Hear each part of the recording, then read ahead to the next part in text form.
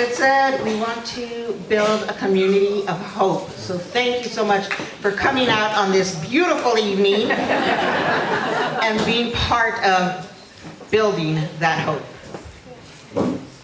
My name is Norma Hernandez. For those many who do not know me, I'm sitting here acting like everybody knows me. But my name is Norma Hernandez, and I would like to, before anything else, thank the Waite family, who are the owners of CAVU, for making this amazing and beautiful facility available. This is our first community-wide town hall meeting, and we sincerely appreciate them hosting us here. So again, thank you to the Waite family. Also want to thank Walla Walla Activism and Planning, our local Democrat Party, and the many volunteers who are rising to make change, protest, and object to the sudden across-the-board federal funding reductions and eliminations that will impact us all. I want to point out Nora Marie.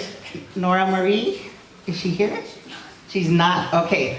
Jan Korn, I know she's here. Jan, where are you? All right, there she is. Thank you, Jan. Tom Schmier, are you here? Thank you for all your work. And Stacy McPherson, who was our lovely food host right over there. Thank you. Please give them. Again, I want to thank you all for coming. I know it was really short notice. There wasn't a lot of time to really get the word out. I told my husband when he asked, well, how many people do you think are going to be there? And I said, probably 30. It's like, okay, I think there's more than 30 here. So this is very exciting.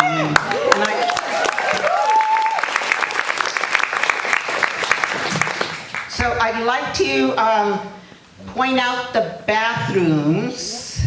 If you all don't know where the bathrooms at, Carrie? Bathrooms, we're back? Yeah, through the lobby and around the corner. All right, through the lobby and around the corner.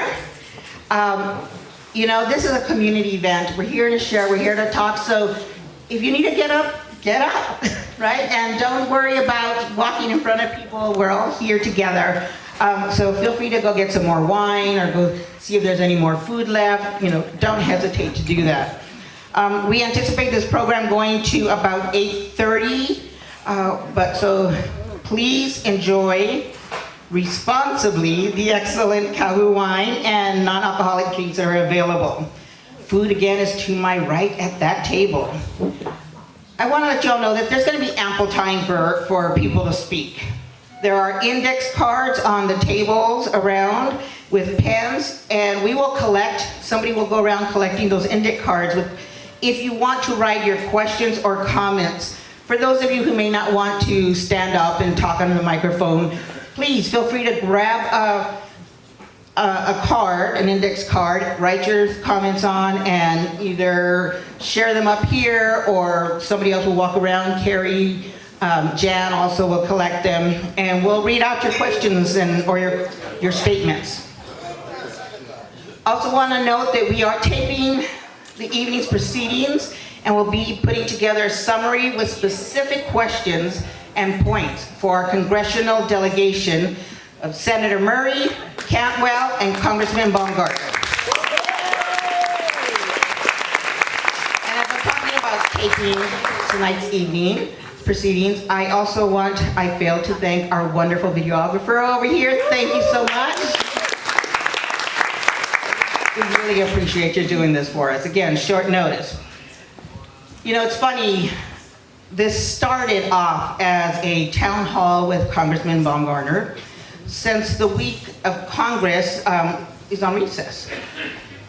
He held a few town halls, Spokane and Ritzville, and I just don't think he's in the mood anymore.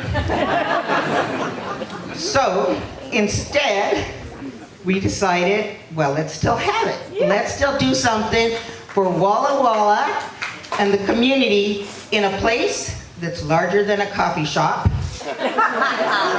and was put on an even shorter notice than this one was. So we're doing this for the community's sake. people want to come together, and we realize that now's the time to do it, to give them an opportunity. I do want to note there's still space on tables up here if somebody's looking for seats. Don't be shy. But people wanted to come together, share their experiences, share our fears, and to find out how to just do something. If you're like me, you're feeling overwhelmed and feeling like I can't do anything. There's nothing to do, right? There's no one to help us. But let's talk about it. Let's figure that out, because there's got to be something to do, and I have no doubt we'll figure that out tonight in this room.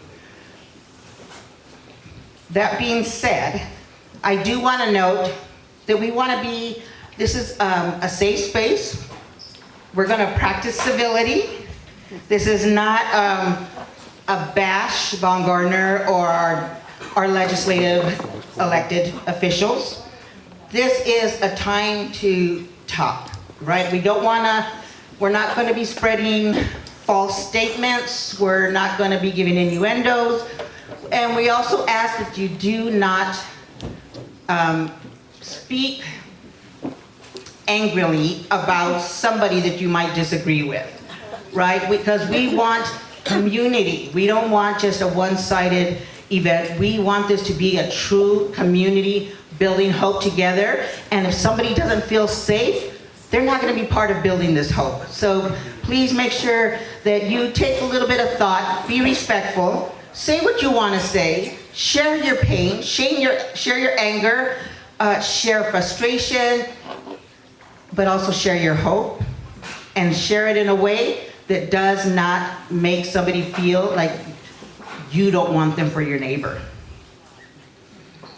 Walla Walla, College Place, and the entire county is an amazing community. But we have a long way to go to ensure that all people are thriving and that justice is truly achieved.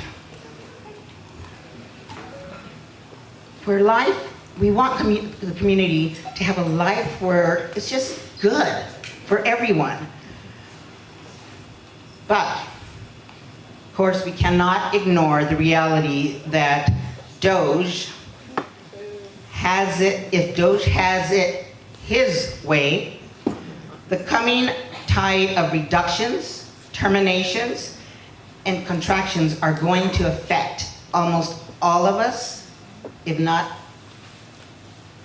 going to affect some of us, if not all of us, excuse me. It will affect all of us, one way or another.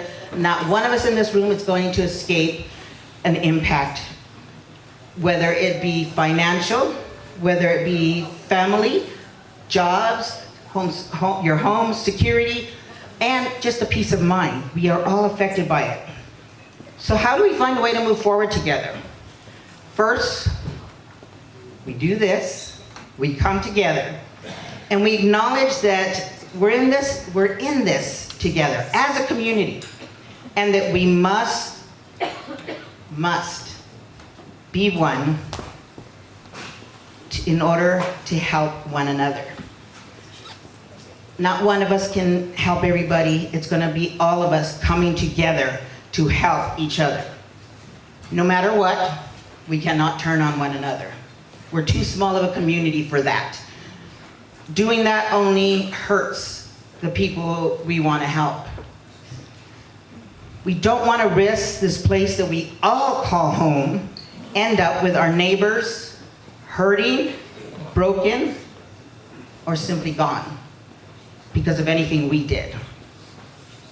The purpose of this town hall meeting is to strengthen our community during this time of great uncertainties and unrealistic changes.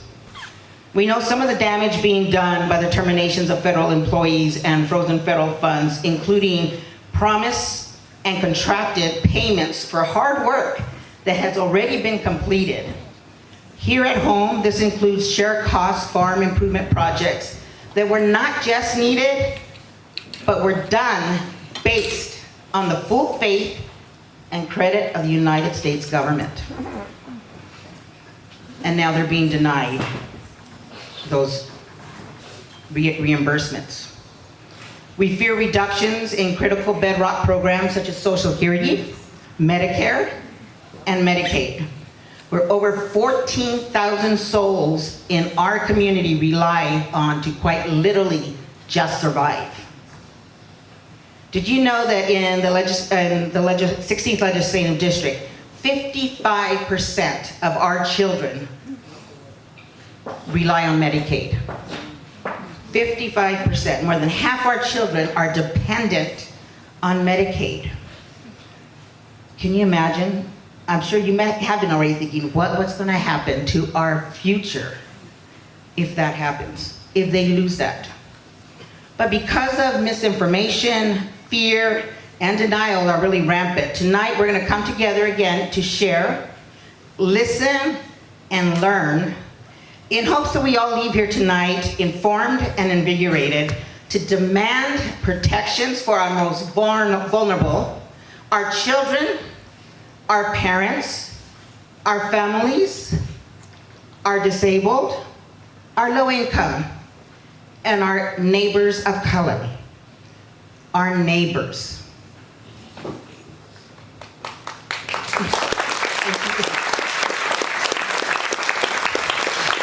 We want to protect them from the fear that many of us are feeling with what's been going on in DC for over the past 6 weeks. Things that many people said, that can never happen. There's protections, there's checks and balances. They don't have the power to do that.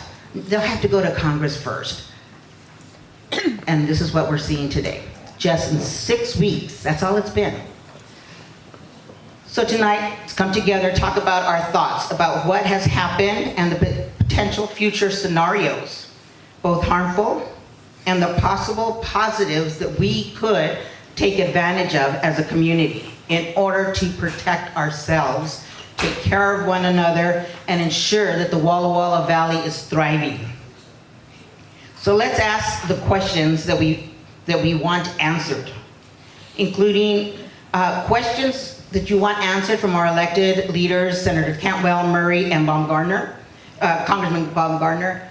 Ask the questions. They're not here, but it's being documented, and everything, the questions, the concerns, the statements, they're going to be sent to our elected officials by I think the Walla Walla Valley Activism and Planning will be sending them to them. So they will get them. So ask your questions, may not be able to be answered, but what's important is I'm sure if you have a question, there's probably 10 of us who also have that same question and would love to hear people's thoughts on it. The setup for tonight is that as many people as possible have a chance to speak, which means limiting each speaker to the mic to about 2 to 3 minutes max, no more. We have monitors who will be handing out mics as you raise your hand if you need a mic. And again, please limit your time because every minute more that you take is a minute less for somebody else here to share their thoughts or wisdoms. I'm asking everyone to remain civil, calm, and to seek to understand each other.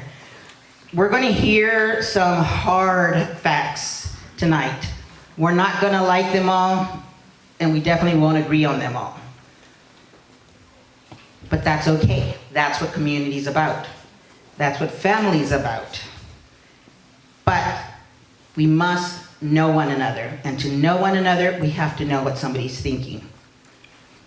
Ponder on it. Wonder why they're thinking it that way. But what we know we can agree on is that we're here to be heard and to hear others and find our way to build a community of hope together. Applause. There's 2 mics and 2 mic binders that our ushers wearing the spiffy orange vest that Mr. Jim over here is wearing, like he's modeling that. Oh, there's the other ones, those spiffy orange vests. Those are our mic minders. So flag one of them down if you want to talk and they will assist you. Well, actually, it says, so we're going to do lines, is what it seems that we're going to do. Make a line and take turns. Beside me on the stage are a few panelists who agreed to serve as resources for our discussion.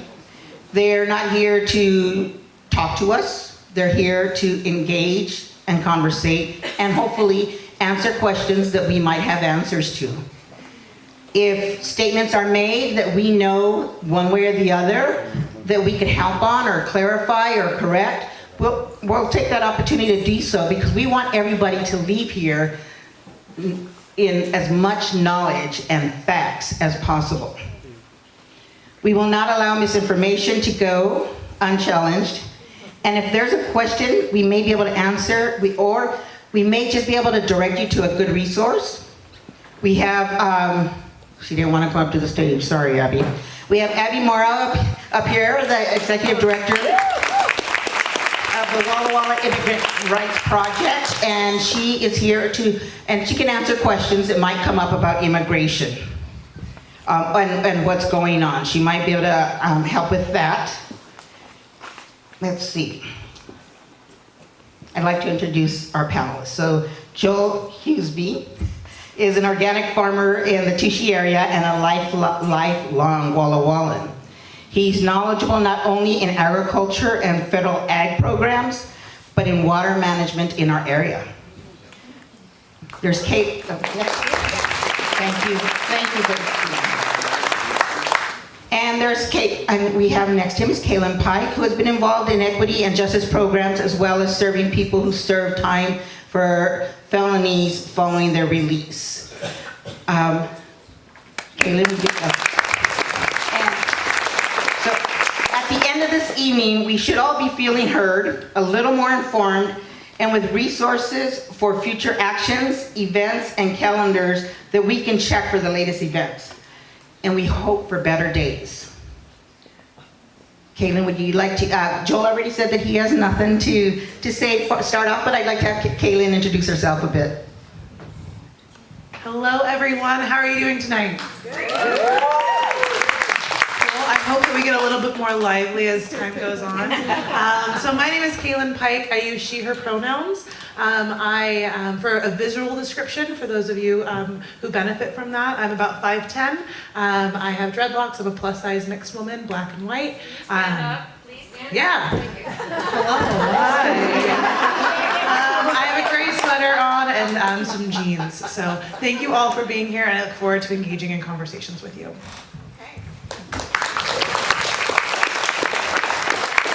I was asked of what I thought about, drinking wine might do to this evening, and I said, well, I've seen both kinds. I've seen those who have drank a glass of wine or three, and they're kind of just lolling off, right? They're like grandpa after Thanksgiving. And then I've seen the ones that really get spicy, right? That glass of wine really got them going. So I hope we got a spicy crowd here tonight. So let's start the evening by sharing what I've observed. For those of you that don't know me again, Norma Hernandez, and I am the mayor of the city of College Place. Thank you. I'm also the executive director of a nonprofit school-based health clinic in Walla Walla called the Health Center.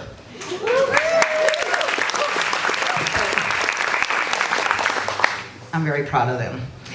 My background includes banking and finance, community development, and I came to Walla Walla as part of a nonprofit CDFI called Craft 3, who does community investment organization, and Walla Walla was one of the places they wanted to come. And when they needed somebody to come get the office moving and manage, I was more than happy to come. We thought, my husband and I thought, okay, let's go. We, get that office going a year or two. We rented our house in Seattle to a friend. I don't know, less than 6 months, my husband looked at me one day, he says, you know, we're not going back. And I knew it, and I fell in love with this community. I fell in love with the togetherness, the kindness, the opportunity of change. I came to a community who was looking for the future, and I was excited to be part of that. That's why I ran city council and then mayor, because I truly love this community. I also have background, since the health center, the executive health center, I have background in and knowledge in the medical, what's going on in our medical community and our nonprofit communities. So if questions come up with that, I'll be able to answer what I can. But in the past 6 weeks, what I've experienced, and you know, if you've experienced any of these, don't hesitate to let it be known. My first was confusion. What's going on in our country? How did this happen? Why isn't anybody doing anything? Right? And then there was the fear.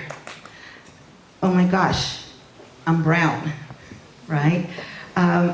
And my family's brown, and my family are immigrants. And what's going to happen to my family? What could happen to my family?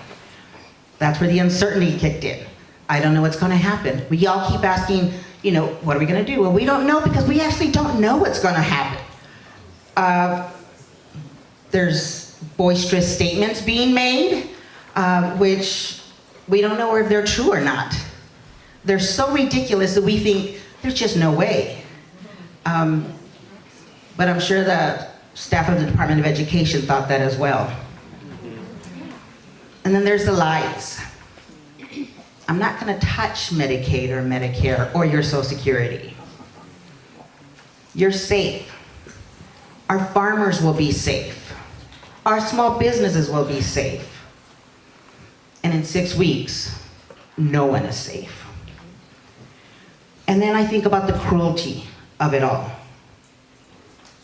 Tonight, there's children suffering because of decisions made in this country. Decisions to not give them a 2-cent packet of peanut butter that provided them with protein. There's children who are hearing bombs all around them because of a decision we made. And I say we as in America. So I think of that cruelty. I think of the families being torn apart. I think of the people being sent to countries they don't even know, because this was their country. This was where they grew up. This is where they invested, and this is where their family is. And then there's the demand for answers. Answers that will give me hope. I demand answers from the people we elected to represent us, not the people to protect those against us, to protect one man, one ideal.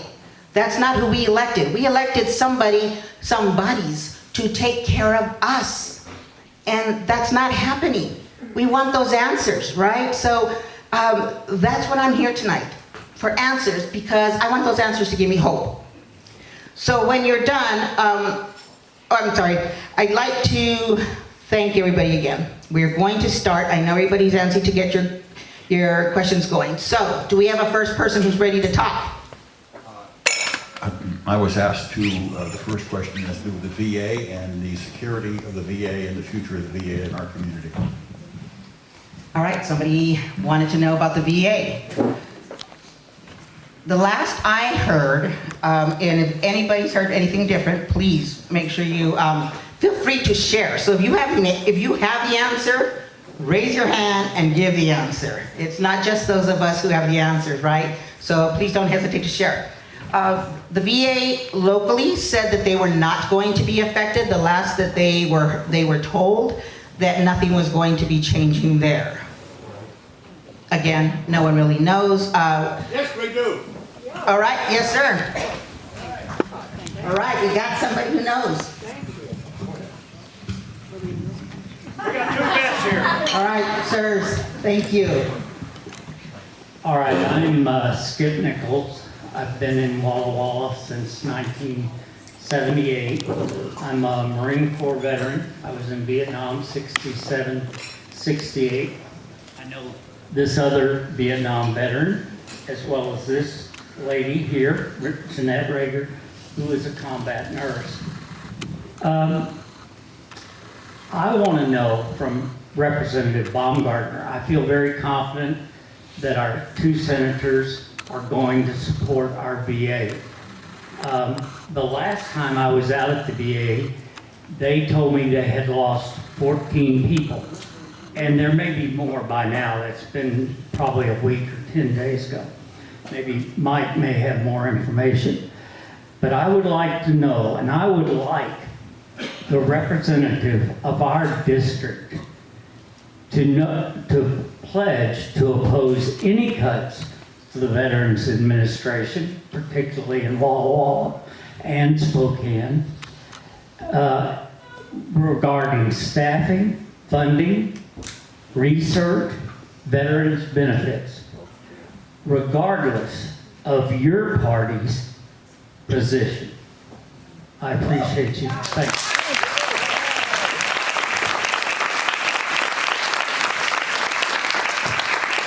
Mike Howell might have some answers about veterans. Very few answers, but some information. I have received extremely fine care for 18 years from the John Wainwright Memorial Medical Center with Veteran Affairs. I know not all veterans have had the same good fortune as I have, but they've kept me alive, and I'm very grateful for that. Some folks aren't, but up until 2 weeks ago, when I drove into the grounds of the VA, it said, "Have you had your PACT, P-A-C-T, screening?" 2 weeks ago, that disappeared on their reader board, and what showed up was, "Have you updated your VA information to get onto the website?" And the reason it disappeared is because our representative voted for the continuing resolution which eliminated the PACT Act. And that was instituted to take care of and screen our warriors who went to Iraq and then breathed noxious fumes from the burn pits, or people who were wounded like Skip and I from Agent Orange. That's gone. And it came off their reader board. So yes, there's been an effect here. One of the departments with which I have the pleasure of working up there has been looking for 3.5 years for an appropriate person to fill a vacancy. They found one who's known as a probationary employee. That person will not be coming to Walla Walla. For over 8 months, I have not had a lead person on my care team. The care team has been taking care of me with others who have traveled through as the lead. So I was very pleased to learn that they had found and come up with a new lead for my care team. Unfortunately, that person also is known as a probationary employee. And so once again, our local VA has been affected, and I suspect will be affected further. Thank you. Thank you.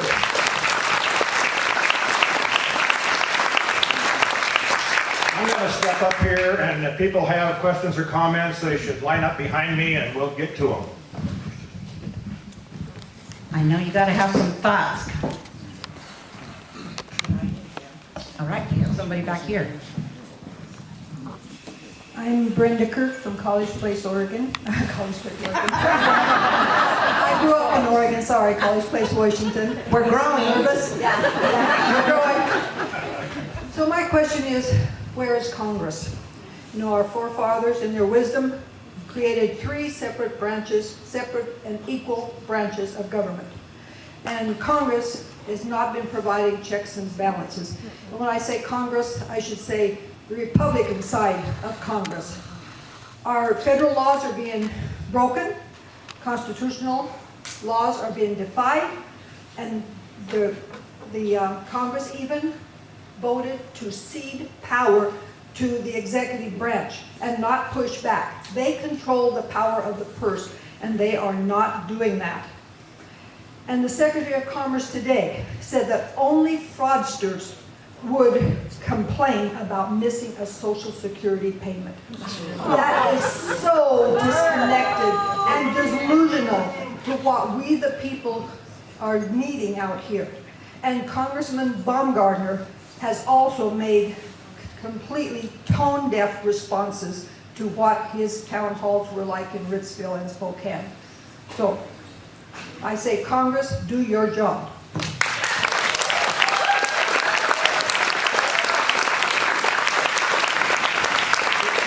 Right back there, and then you, sir.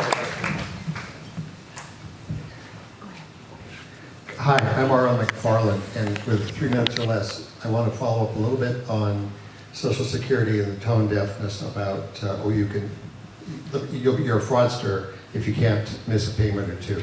And I would like for Ms. Baumgartner, Ms. Representative Baumgartner, to be asked directly or read this and then respond directly what he's going to say to people when, say you're not retired yet, you're not getting your benefits, but you've got your family, your friends, your grandparents, siblings that are older, and they're living month to month, and they depend upon that. And if either the funds go away, A, or B, they're delayed because the office has been closed and you have to get on the internet and you have to wait 3 weeks to get in because they're cutting back on staff.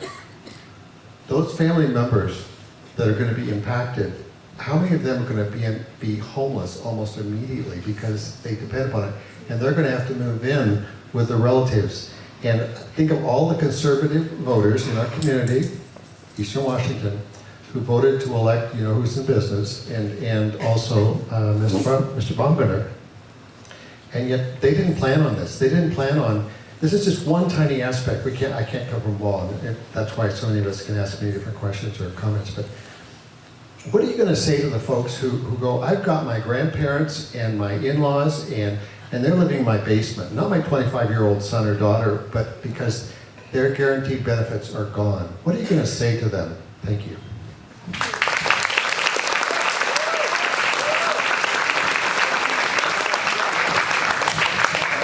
Okay, I have a question. Can you hear me? No. Now? There you go. Yeah, as I understand it, wheat farmers in this area sold much of their crop to USAID for food programs abroad. But that market has been eliminated, and I would like to know what Mr. Baumgartner is doing to restore that market. Thank you.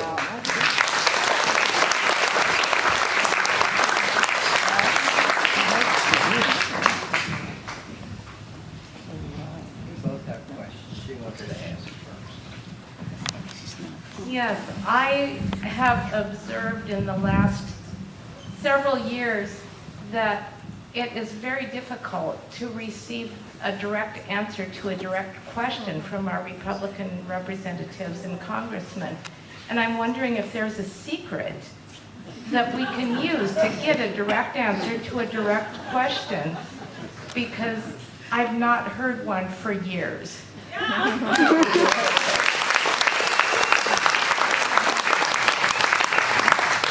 My name is Eugene Dakota Orlando, and this was my wife Jody, who just spoke. We both live here in Walla Walla, and I saw on a video of the town hall that was up in Spokane, and talk about tone deaf. It was the one thing that really floored me, was that he made it sound like we were not anywhere near a congressional crisis, constitutional crisis. And I'd like to know from him, where in the does he come from thinking that there isn't, when all this stuff that's going on around him? I mean, to me, he knows what's going on, and like so many others, he's not stupid. what he wants to do is like with many of the other Republicans who are, they think more of their jobs and they're afraid. In fact, one of them, I think I heard, basically said that they were afraid of getting primaried. So they've got to step forward, get some backbone, and stand up to the administration. Take back their powers that they have in Congress, and which they gave up to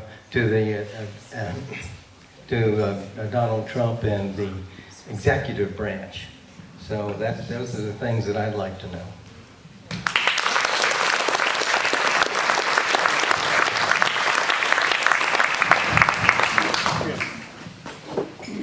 Hello, I'm Brad Reardon, and one of the things that I'm concerned about has to do with the fact that there's a very silent problem that is always with us on food in this community and in most communities. The senior center here covers 4 counties. The main one is here in Walla Walla. Our congregate dining on the weekdays, it's 200 people. We have 200 people on Meals on Wheels routes, and this funding is supported by volunteers in this community, but the backbone base of it is federal money through aging and long-term care. And this program, it covers College Place and Walla Walla. And we don't know yet, but we are going to have to watch, like watching for a tsunami to come in. You're going to have to watch and see what happens with this federal money over the next few weeks and start thinking about coming up with some plans for how we are going to backfill to make sure that no one goes hungry. Also, the food bank, which I take deliveries from for the senior center, I do believe that they are going to be also impacted, but I have no direct involvement in that.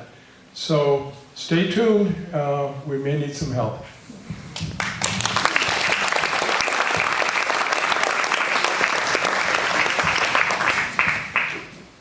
I'm David Schmaltz, I'm a local writer. I'm troubled. 6 weeks ago, we were the wealthiest country in the history of the world. And today we don't seem to be able to pay for Meals on Wheels. I don't get that. I am deeply concerned about where habeas corpus went to. There are very few instances in the history of this country where we felt moved to suspend habeas corpus. And I don't see the justification for doing it now, because I know if they can arrest you without a warrant, they can arrest me without a warrant.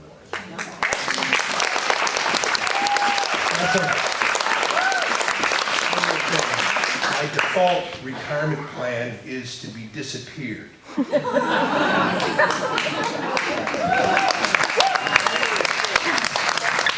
Hi, I'm Craig Woodard, and one of the questions I'd like to address with Mr. Baumgartner is how in the heck does Elon Musk fit into our government? Nobody here elected him, nobody voted for him, he was not on any ballot. How does he just surrender the presidential power to this guy?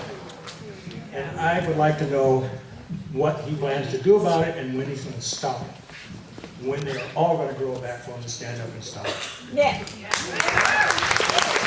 the other thing I wanted to say, one more quick thing. We need to stick together and we need to appear at these rallies, these demonstrations. We all need to be there. Whatever it is, whenever it is, let's do it.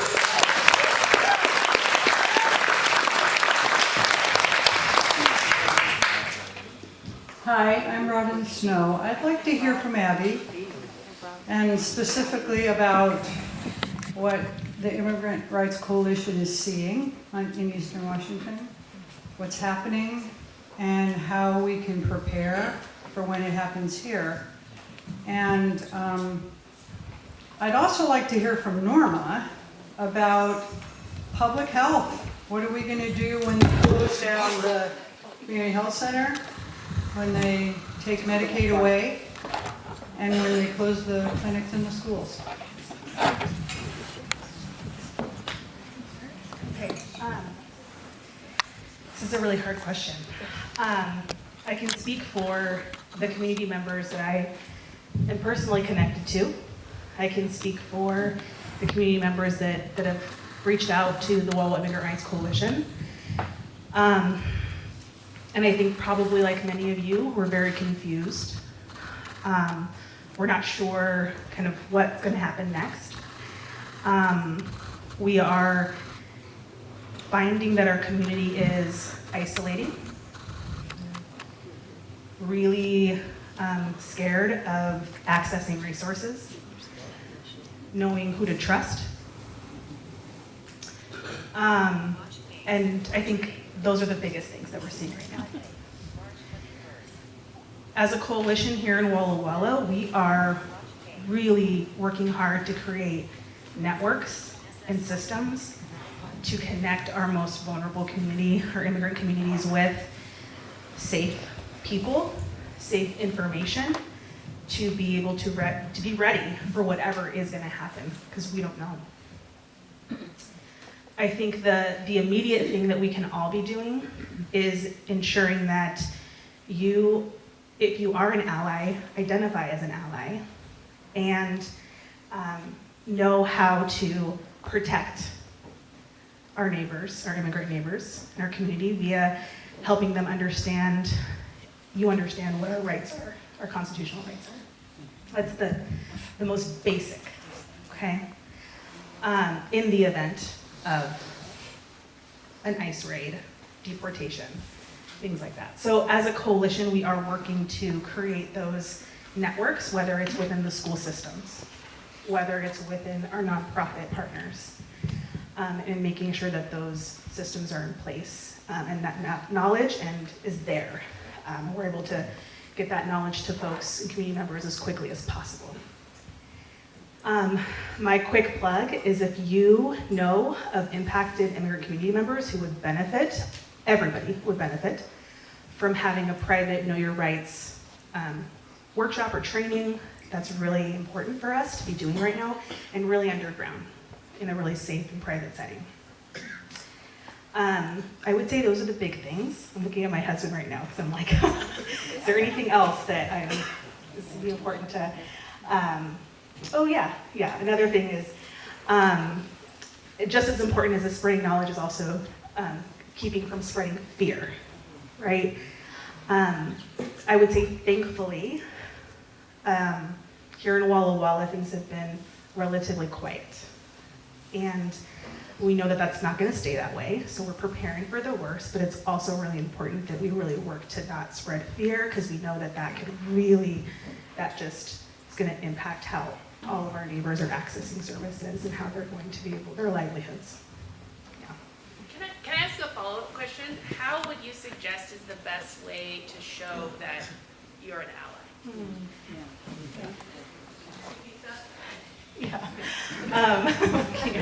Hi, my name's Amy Lee. My question is just a follow-up. Like, what is the best way for community members to show that they are allies at this time? Yeah, so several different ways. The very first is, how I talked about getting connected, and is, if you suspect that your neighbor is an impacted immigrant community member, get curious. Ask them questions, get to know them, learn their story, become a support system for them. Okay, so that's really the first way of building a foundation of a relationship, right? The second would be connect with us, connect with the coalition. We have a listserv.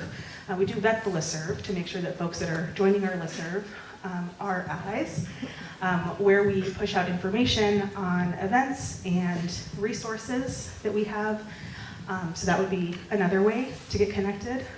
Attending the rallies, attending the protests. Again, we get that information out through the listserv. Follow us on Facebook and Instagram. You guys feel like I'm advertising here. I would say those are the biggest ways right now. Yeah, and just also educate yourself on what's happening. Hey everybody, I'm Allison. I'm a volunteer for the Immigrant Rights Coalition, and after this is done, I'm going to be standing up by this table with a sign-up sheet. If you want to become a volunteer for the Immigrant Rights Coalition, either as a rapid responder where you can verify ICE activity or verify that there isn't ICE activity, which is just as important, because just another plug, the fear is the point. The cruelty and the fear is a weapon that we all can fight against by not sharing unvetted things on social media. You know, if you hear some ICE is somewhere, just call it into the Wyson hotline. Do we have any cards for that back here? There's a packet of information for families and people that on the resource table, the card on Know Your Rights in English and Spanish. And I know we should have a microphone. Thank you. Okay, there is a table of resources. There is a statewide hotline called the Wyson hotline, and I don't remember the number off the top of my head. And so that's where you should report any sightings. Don't share anything on social media. Make sure it's vetted first. If you would like to join that rapid response team or the volunteer committees, I will be up here at the end. I have a sign-up sheet, and I can also answer some questions about the two opportunities if that's helpful. But the best thing we can do is show up in whatever way these organizations are telling us to do that, and be as visible or as invisible as we need to be to do that. So, but stay tuned for more opportunities. But sign up, get on the mailing list, hear about what's going on. I have a question. Does she have a question for Abby? I have a question. Are our police in town required to work with ICE if they're called on? Okay, hold on. I'm sorry. The question is, are our law enforcement required to work with ICE? No. And the answer, what's that? Abby, you want to answer? The answer is no.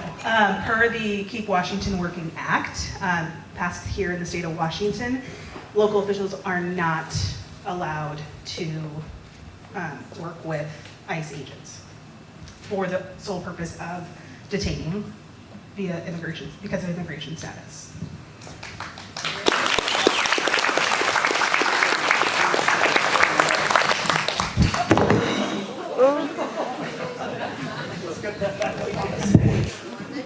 It will survive. Are you ready? Okay, my name is Linda Lorman. I live here in Walla Walla. I have a question for Mr. Hughesby. And as we notice that programs for feeding people are being discontinued, children's lunches, people at the senior center and so on, our farmers, people with orchards, ranches, are they feeling the lack of ability to sell their wheat and their vegetables and their meat? Is that starting to hit that community? Thank you. Thank you for the question. Just some background really quickly. I'm an organic farmer. I've been that way for over 30 years. We have about 400 acres. I sell a lot of heritage grains and other heirloom grains to various flour mills. I also mill my own flour sometimes. So I'm totally into local food systems. I don't pollute the soil with chemicals or pollute the groundwater with nitrates. And I've been able to make a living at it and raise family. I had a wonderful life doing that. During COVID, during that time, I, not to toot my own horn, but supplied over 150,000 servings of flour to the local food bank because the grocery store was running. It was not a big deal. It was easy to do, and it was only, maybe 10 tons of grain over a few months of time with volunteers. So the kind of the point for me is being involved in local foods like that. If something happens down the road that shelves are empty, people like me, I kind of just sit in the shadows, but I'm waiting to just rise up and do things. So it's about ability. On the commodity side, so I don't live commodity agriculture. None of my grain's gone down the river on a barge overseas for over 30 years. Everything is in Washington and Oregon, or here. That said, the commodity farmers in our area are suffering, and the prices for wheat and all that is abysmal. I mean, it was $4.12 a bushel 40 years ago when I was in high school. Is $5.60 today. Not even close to keeping up with inflation, right? And so the federal farm bill, which is every 5 years, that can's been kicked down the road several years now with continuing resolutions. Basically is life support. It's just sand in the boots of a dead man with toothpicks keeping their eyes open. They look alive, but they're not. If you dried up the farm bill, the agriculture would just go upside down. I don't see the federal government drying that up, because the last thing they want is a bunch of people creating chaos because the store shelves are empty. I just can't see that. That said, they still prop up a system that's artificial. On the other side of it is all this tariff trade war stuff going on now. Like, what's that going to mean with exports? Most of the wheat in the Northwest, about 85% of the white wheat, is exported to other countries. How does that work with trade? I don't know. Probably negative, right? The government will come in, support them some more, and which they need support from that standpoint, but it's not market driven. I've always been about the market. So it's really a place of great vulnerability, and that's just in the grains. Orchards, grapes. I mean, the export markets for so many things is all just like totally up in the air right now. It's not good from that standpoint. The resilient side of things is that local food systems have their place, and I can do things. I can't fix the world, but I can certainly help my community.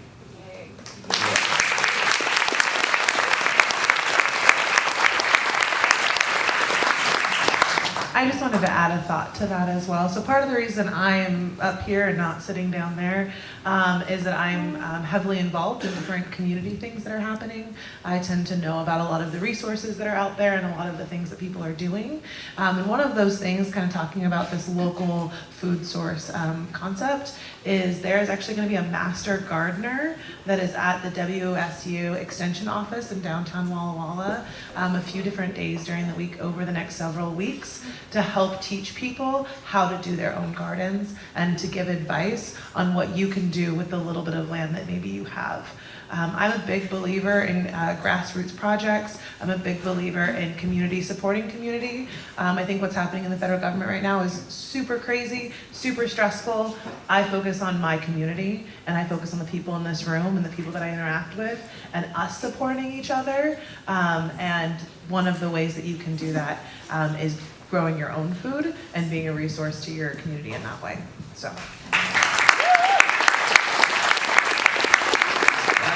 I'd like to add one other thing, and it goes against the whole fear thing, which is just empowerment. About 40 years ago, another car came across the median and hit me head on. And I had less than a 30% chance of living, and I should have been dead, and several other times that I know about, many I don't know about. But the main thing is that when that happened, so like with what's going on in our country now, when bad things happen, my family came together. Like cousins and uncles that never talked to each other, now they were all at Christmas and whatever together, right? When bad things happen, there's always a silver lining. See, community comes together, people come out of the woodwork, whatever this is. And so I just kind of look at these times through an optimistic eye, of having resiliency, right? And tenacity, and being interdependent, not dependent and not independent, but interdependent. And I just look at it with great opportunity. I mean, I don't wish bad things on anybody, don't get me wrong, I'm not saying that, but I am saying when bad things happen, it gives us opportunity to serve each other.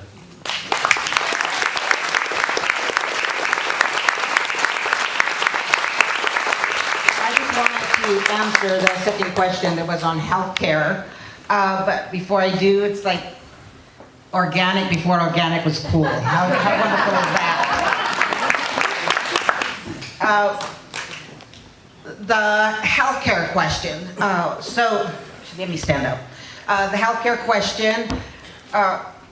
I'm also on the board of Providence St. Mary's Foundation, and this week we had a board meeting, and the general manager of the region was there giving us an update of the state of the Providence system. So that includes all the clinics, all the hospitals in 7 states. Last year, for the last 5 years, not one of the hospitals in that network had made a profit. They were always in the red. Last year was the first time that one of their hospitals was not in the red, and that was our own Providence St. Mary's.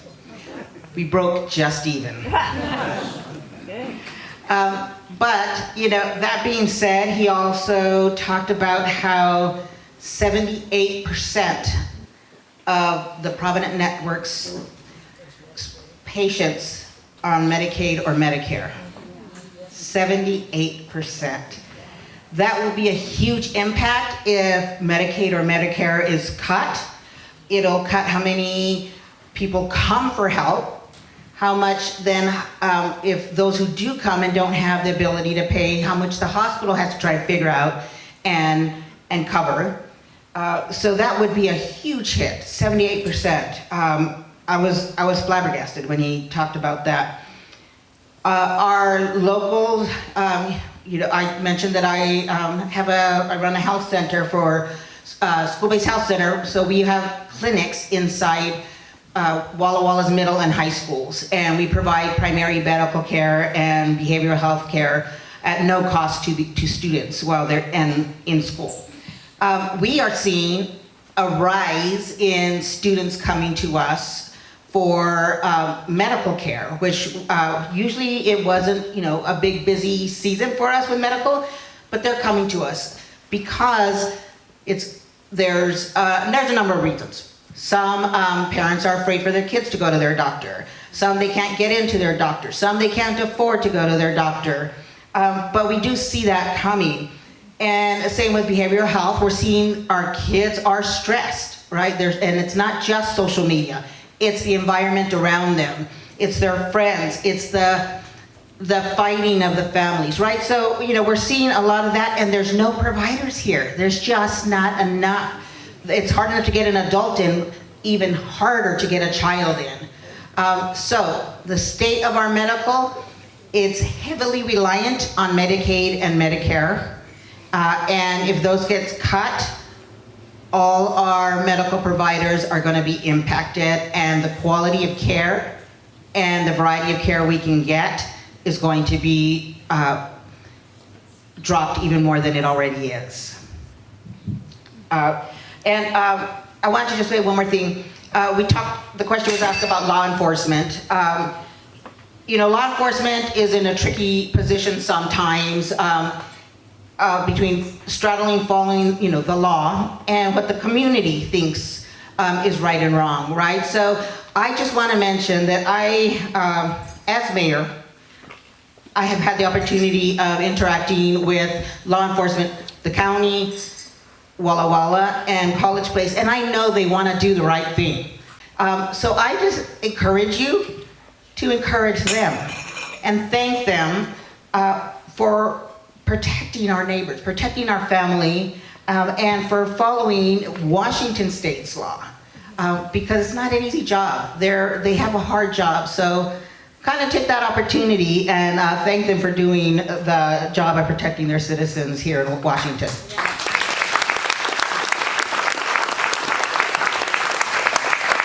My friend Darcy Dauble has been waiting for at least 6.5 minutes. I've waited longer.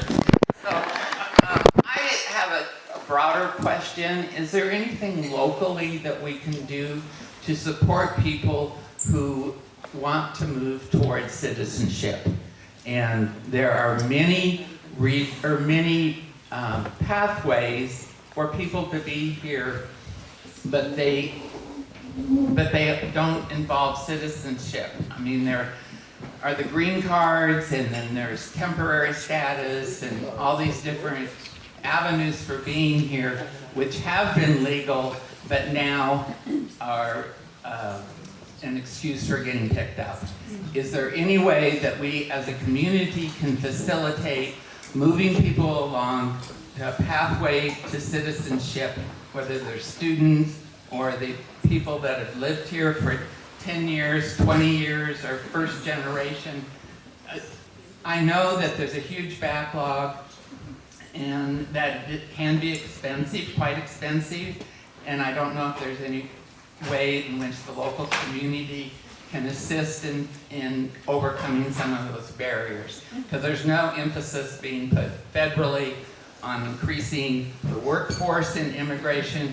There's just on catching people and filling a quota.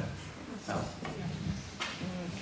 Yeah, so you mentioned it's wildly expensive and wildly complicated.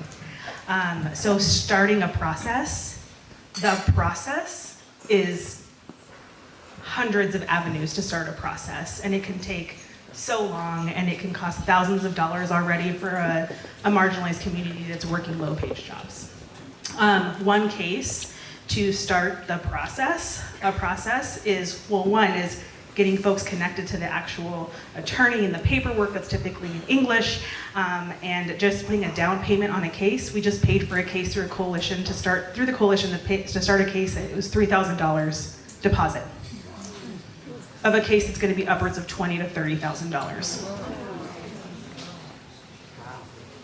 The Immigrant Rights Coalition, we have a small amount of funding right now that we are paying a ton of money right now to help folks get consultations to just see if they have options to start the process. There's a lot of community members who have not wanted to start it because of how much it's going to cost and what's at stake for them. And so I think a couple different ways is, of course, volunteering with the coalition to get information out to our community members, which I think, Allison had mentioned this earlier. We're going to have a large volunteer convening on April 3rd. We've been kind of sitting on getting our whole community together. We have over 120 folks in Walla Walla who've reached out to our organization to ask to volunteer. So we have finally kind of strategized on what those committees are going to be. One of them is legal, right? And how do we get more lawyers connected to our valley to support our community? So donate as well. That's going to be really impactful, and I can share, exactly how much money is going out to these cases, because it is a lot of money, and there's a lot of need out there.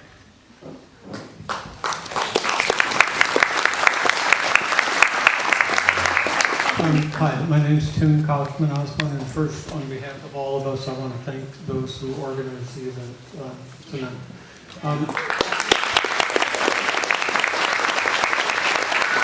I have 2 quick points that I wanted to make, and then one question, and I'm at the age where if I'm going to remember all 3, I have to write them down. So I know that a lot of folks were unsympathetic to the protesters, the pro-Palestinian protesters in particular, who built encampments and protested on various American colleges and universities last spring.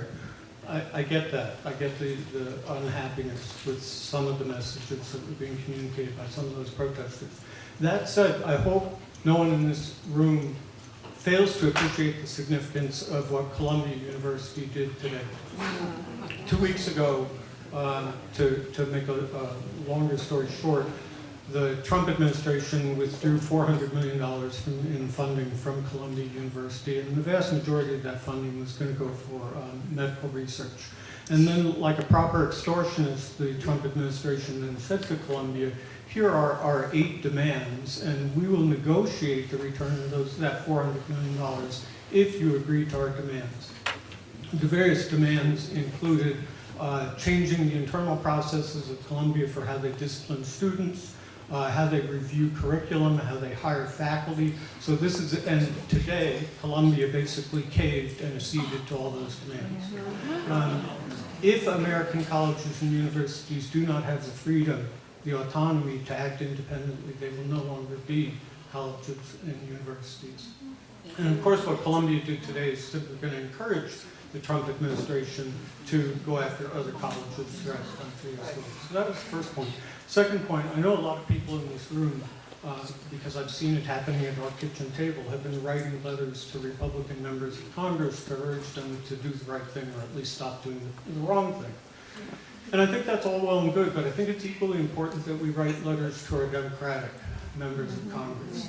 I have been very troubled by their failure to develop a coherent and consistent message, overcome their internal divisions, and stand up as one in opposition to the Trump administration. So I would encourage the president.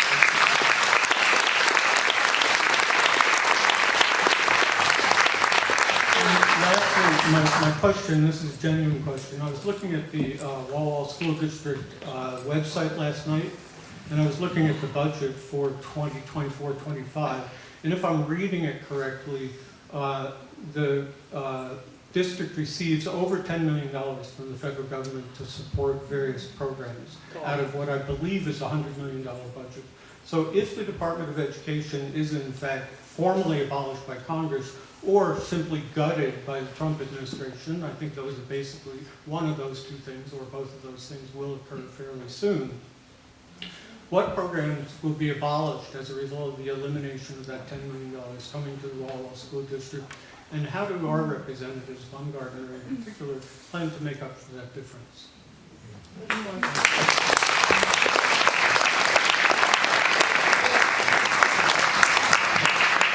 I have two friends here tonight. Stacy McPherson is the other one. Who is that man? I'm kind of stepping on Kate Van Dong's feet, but I looked at the time and I thought this needs to be said, and so when I feel something needs to be said, I tend to stand up and say it. So I'll try to keep it clean at least today. I have been so grateful that Kate Van Dong and her cohorts put together or brought to us Team Reach. It's an app you can sign up for, Team Reach, and it has a code. So it's easy code. So listen, Walla Network 25. Okay. I have so many friends who, you know, I say, oh yeah, I went to Whitman Mission and protested the cuts. I did it. You know, I'm not bragging. I'm just saying, you know, they said, Stacy, what'd you do today? Oh, this is what I did. And they're like, how do you know about this? Why didn't you call me? And I think about how many wonderful people are here tonight, but how many other people didn't know about it, and they're going to say to you when you say, I went to this really cool thing, why didn't you tell me? Okay, if you get on Team Reach, it tells you. It has a beautiful calendar feature that allows you to put it on your calendar so you can make it to all these lovely things. Kate, am I leaving anything out? I know Nora's just talking to you. Am I leaving anything out? There's sheets on the resource page. Turn off the function that gives you constant messages. Does that bother you, Sharon? Does that bother you, Sharon, to have things? There's a function, I'm sure. There's a function that sends you a notification each time, and if you don't want to receive that, we can't hear you. Okay, here's the issue. When it's being recorded, if you're talking without a mic, the recording doesn't get it. Okay, quick Team Reach update. Back at our resource table, we do have little half-sheet flyers if you want more information about the app with the code, but also there's a new email address in there. And if you have any troubleshooting questions, I'm happy to field them for you. You can mess with the notifications so it doesn't blow up your phone, and make sure that you're getting only the communications that you want, but it is a really good way to make sure that you get timely notices about information that's happening, various events and opportunities like tonight. Just before, it's 8:25, so if you've been sitting here thinking, I really want to ask this question, now's the time to get brave and let them know. My name is Julie Smith. I am a small business owner in College Place and proud of my neighborhood, I most of all, sorry, I'm gonna get emotional. I most of all want to speak for my 2 teenagers who deserve to live in a fair, equitable world and who are struggling right now. I want to ask, and I don't know if anyone has any answers for this, but you know, the elephant in the room, what is being done to stop all the misinformation, to have consequences against all the misinformation? Because my kids come home and share from their friends about all this misinformation, and my kids will try to share with their friends stuff that's going on, and they'll say, that's not true at all. And it's very, very concerning to raise kids and try to tell them, you know, in this environment. And I just would really want to stand up for children and our future, most of all. And I just, really quickly, we all know this, reading directly from part of the Constitution from 1776, where we hold these truths to be self-evident that all men are created equal, men, women, and children. They all are endowed by their Creator with certain unalienable rights, that among these are life, liberty, and the pursuit of happiness. And then what I wanted to continue was, oh man, I had it, and I'm sorry. But the part where it says that the people have the right to dissolve that union if that is not the case. And so my big question that seems unanswerable is, how can we stop this madness?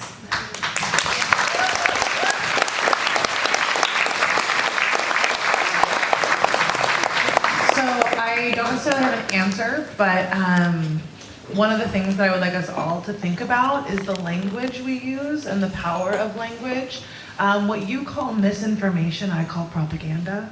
And when we look historically, there hasn't really been punishment or retribution for propaganda until the people rise up and they demand change. And so when we look and we say, how is it that they can continue to do all of this and tell us all of these things that are not true? It's a strategy. It is a very purposeful choice to try to share information that makes them look and seem better, right? That is the whole purpose of propaganda. And so what I would urge you to do, and what we do with our participants, because you know they're coming from incarceration and they don't necessarily know how to tell truth from lies in terms of social media. I mean, I haven't been incarcerated, and it's hard for me sometimes, right, to test and see if those are AI images or not. But one of the things that we really talk about is how does that information impact your life, right? And what does that look like in your day-to-day life? And is it there to just get you riled up and to get you upset? Or is it there to teach you something that's valuable that you can use every day? And if it's there to just get you upset, then it's doing its job when you allow that to happen, right? So how can we look towards history for some of those answers on what's happening right now? I have a degree in history, and I can tell you I have not been surprised by a single thing that has happened in the last year. It's happened time and time again.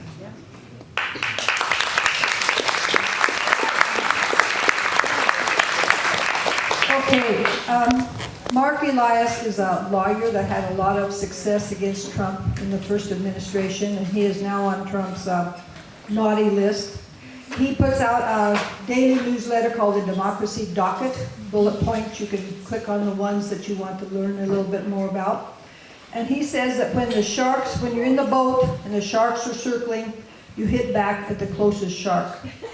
And he says right now, that's the tax on our judicial department, our judicial branch of government. Just last weekend, over 250 Venezuelans were disappeared to the prisons in El Salvador. They were not charged, let alone convicted of any crime. This is banana republic stuff. This is not due process. This is not America. And they have lost all record of who these people were. I cannot even let myself think about the moms and the sisters and the wives of those men that were hauled off that had nothing to do with any of these gangs that they were charged being with. Trump, Musk, Doggy just made up information, and people are going along with it like these people had no rights at all. They do have rights. You can't just disappear people from our country. So my point is, don't lose track of that.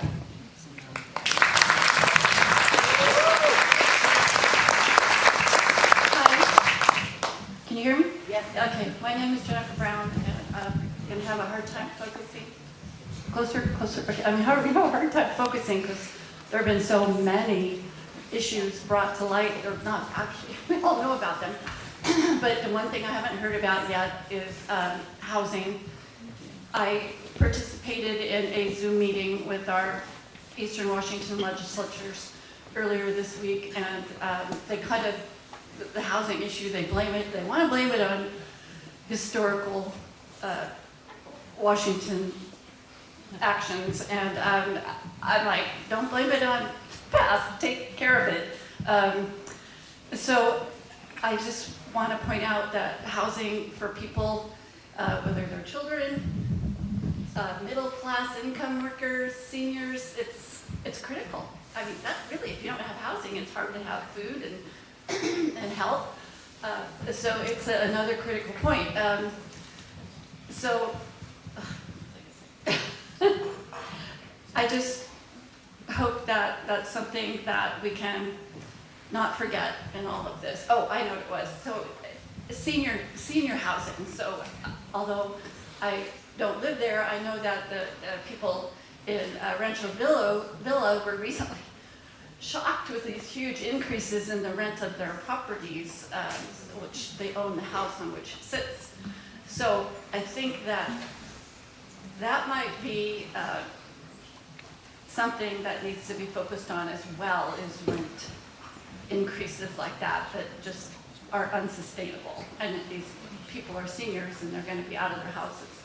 I just would like to see that be paid attention to.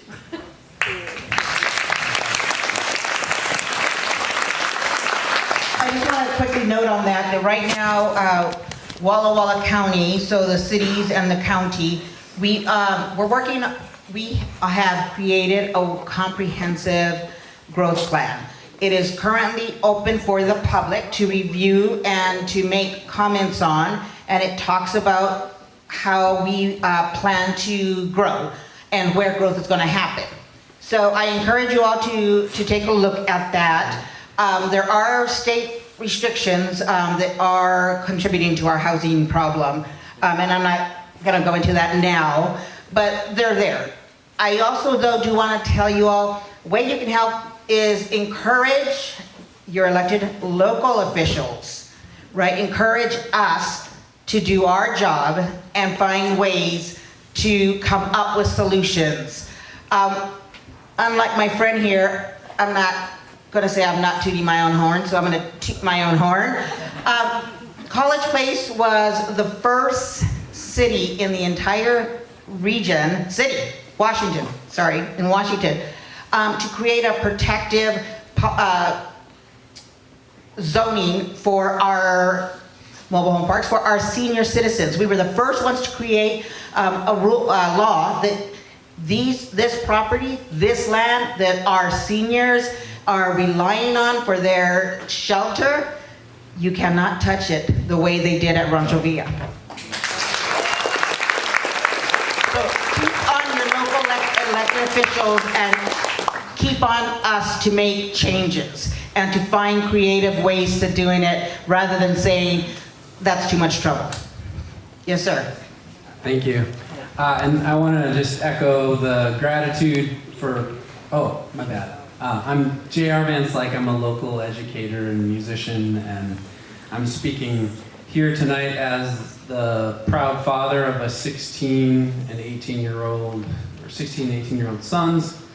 And that's part of my question for Representative Baumgartner. He's the one connection that I have to our federal government who I'm disappointed is not here tonight, because I think he's supposed to represent us better than anyone in our federal system. Anyway, my question for Representative Baumgartner, I'm here as a member of a group called Concerned Fathers, and several weeks ago my friend Nate convened a group, and the idea is that as a father in the early 21st century, it's difficult to look around and not feel profound confusion and disappointment in how we've set our children up in this early 21st century. I'm kind of echoing the woman who spoke just a few minutes ago. My question for Representative Baumgartner is, can you help me answer and help me explain to my sons at this moment in our culture how lying, failing to practice and model consent, how a fundamental flawed concept of what has happened and what hasn't happened, not being able to just confront the simple truths around us, the failure to consult science and reason as a basis for making policy decisions. I grew up in an evangelical home in the northern Midwest, and I remember when my conservative community and conservative family used to talk about how lying is not something that we do. And they said that, you know, it's good to be committed and be a part of loving relationships. And we didn't talk about toxic masculinity back then, but toxic masculinity now, I can assure you, would not have been welcome in the household and communities of my childhood. My question for Representative Baumgartner is, what should we tell our children about what it means to be, in this case, a young man in 21st century America? Is the model of leadership that we have at the very top and then at the next levels down a failure to hold that leadership to account? Is that really what we're about? And if so, please help me. I want to know the conversation. I want the conversation sheet that helps me have that conversation with my children, because it's fundamentally confusing at this point. Thank you.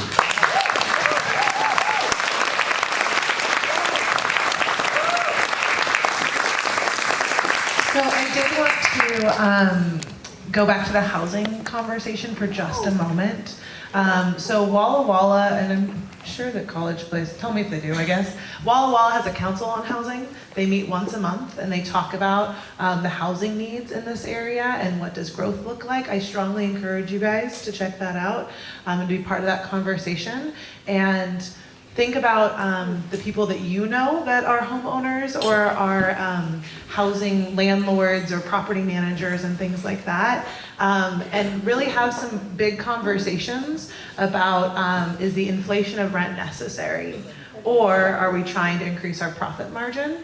One of the things that we deal with in our work is just finding housing for people. If someone has a criminal background, a lot of people say, nope, not in my neighborhood, I'm not interested. And I don't think that's fair to our community, and it isn't what builds a stronger community.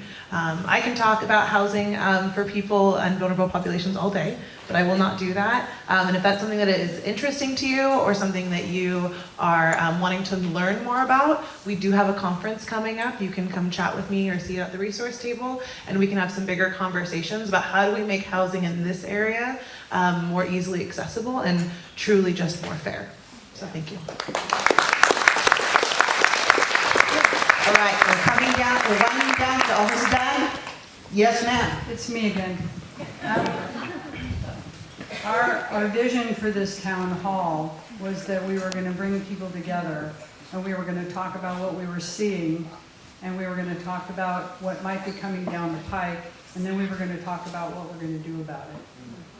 And I have a couple of suggestions. First of all, be the eyes and the ears of the community. Watch what's going on around you. We need to hold our elected officials accountable, and we need to hold our local law enforcement accountable. some of whom are elected. Watch them. Keep an eye on things, and if you see something, take a picture. We all have a phone. The other thing is, we have money in this room. I know you. You're the people that go to the symphony, that go to the Chamber Music Festival. We need to put money into some of these agencies. We have resource material over here. The Health Center, the Immigrant Rights Coalition, these are all, even if you just make a monthly $10, that is a big deal. And we are really going to need these people to help us mitigate what's coming down the pike. So thank you very much for coming here. I really appreciate it.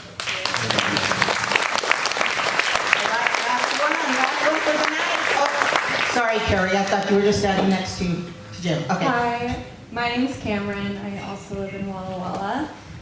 I noticed there are not too many young people in the room, so I would like to take a radical position and agree with Kaylin that I am not surprised about what's been happening, and I would encourage you guys to stop holding out hope for the government to change course and support you. The masks are off.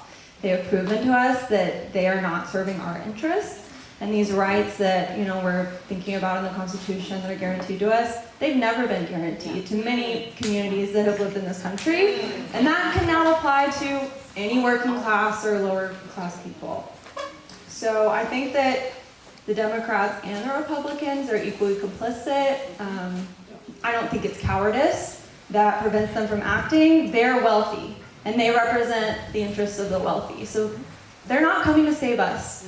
But we have time now to prepare to take care of each other. So I think we need to get serious about doing that and thinking outside the box, as in like an alternative to our current system. Because this is kind of the inevitable conclusion of what has happened before. Like fascism is here, and it's not going to go away by calling representatives. So. Educate yourselves about alternative political models. Socialism, communism, propaganda has been very effective at making those terms very scary to us. But we don't want all aspects of life to be commodified, right? Like, community is paramount, profits for billionaires are not. So, join a political organization. If you'd like a transcript of her talk, it's on the back of a paper plate that she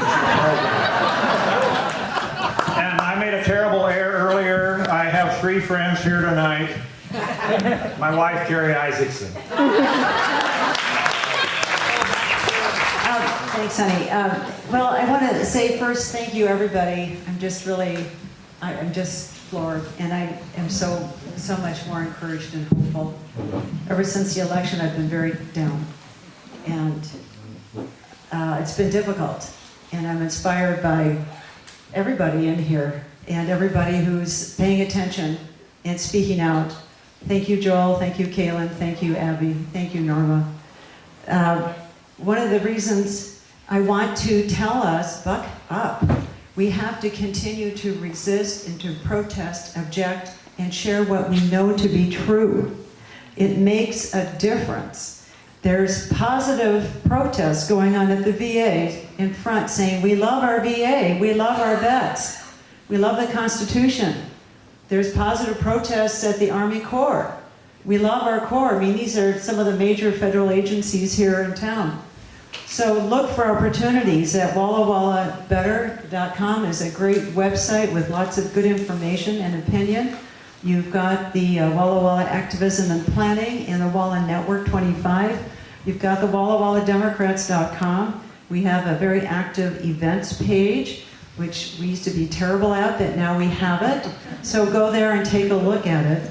One topic that's come up I haven't heard, and that is to stand up for our brothers and sisters in the LGBTQIA community.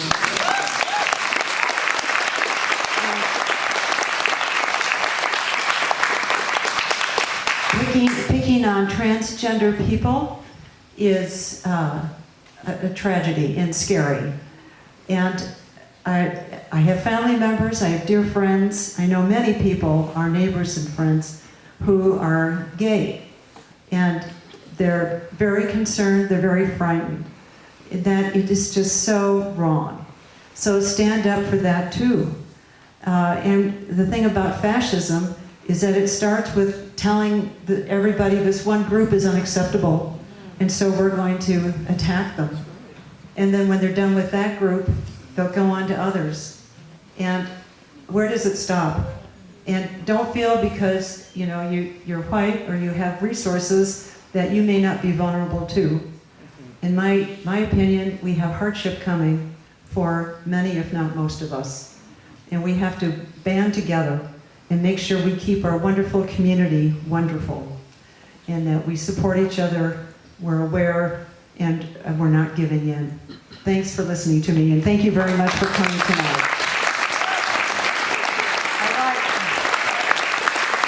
I probably should have stopped about 7 people ago because you all stole my thunder. I have nothing really much to close with.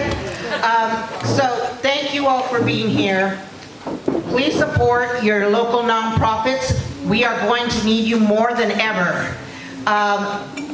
Think about going out and gathering whether it's a protest, just let people know you are here and that you care. Find out where they're happening and just spend some time there. Protect your neighbors, protect our children. Our LGBT community is scared. Our LGBTQ youth are terrified.